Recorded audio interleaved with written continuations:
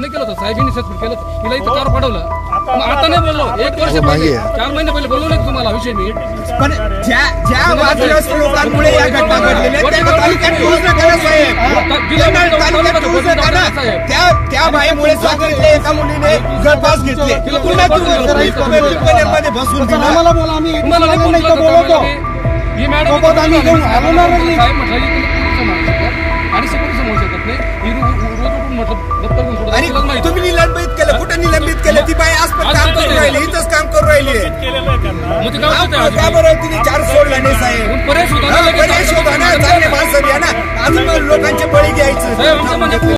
नमस्कार, मुंबई आउटलुकमध्ये आपले स्वागत आहे। धुळे जिल्ह्यातील पिंपळनेर शहरात केवळ 3 दिवसांच्या आत विद्यार्थ्यांच्या आत्महत्येची दुसरी घटना घडल्याने परिसरात मोठी खळबळ उडाली आहे।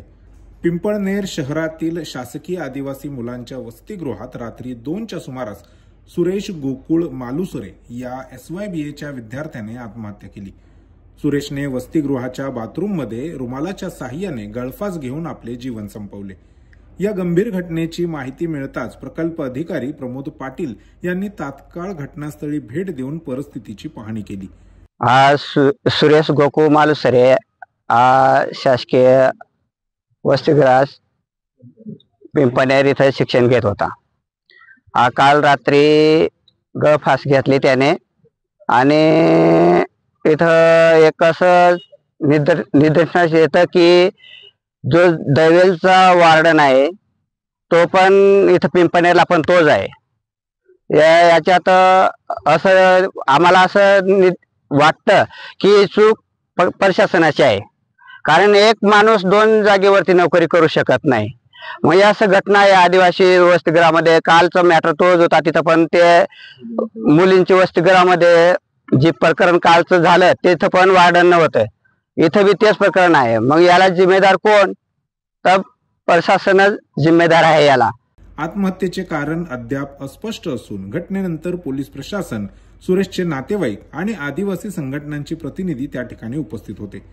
नातेवाईकांनी वसतिगृहातील संबंधित कर्मचारी व अधिकाऱ्यांवर तातडीने कारवाई करण्याची मागणी केली आहे। अपुऱ्या मनुष्यबळामुळे कारभारात त्रुटी असल्याचा आरोप होत आहे। पोलीस या प्रकरणाचा पुढील तपास करत आहेत। आज पहाटे सकाळी 2 वाजेच्या दरम्यान मध्ये धुळे प्रकल्प कार्यालय अंतर्गत पिंपळनेर शासकीय आदिवासी मुलांचं वसतिगृह या ठिकाणी शिकत असलेला SYचा विद्यार्थी सुरेश गोकुळ मालुसरे याने गळफास घेऊन आत्महत्या केलेली आहे। आता ही घटना काय या धुळे प्रकल्पातली पहिली किंवा दुसरी नाही, तर आमच्या एकट्या साक्री तालुक्यामध्ये आश्रमशाळा असतील, वसतिगृह असतील, ही 7वी ते 8वी घटना आहे। आणि या ज्या घटनेचे जे क्रम चाललेले तर याच्यात प्रामुख्याने कार्यकर्ता म्हणून आम्हाला असं निदर्शन येत आहे की इथं कर्मचारी नसतात प्रामुख्याने।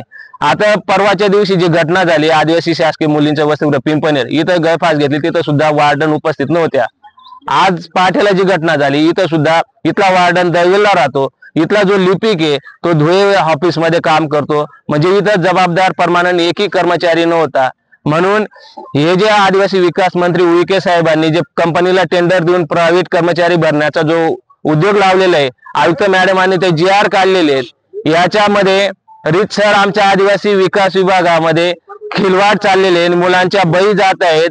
त्याच्यामुळे इथं परमानंट जॉब असलेले कर्मचारी असावेत, जेणेकरून हे जे प्रकार आहेत मुलांशी संवाद साधणारा जबाबदार व्यक्ती असावा, डिस्टर्ब होणार नाही विद्यार्थी। त्याच्यामुळे हे प्रायव्हेट जे प्रकार चाललेले आहेत याच्यामुळे सर्व प्रकार आहेत त्याच्यामुळे थांबावे आणि या सर्व जबाबदार अधिकाऱ्यांवर कारवाई व्हावी असं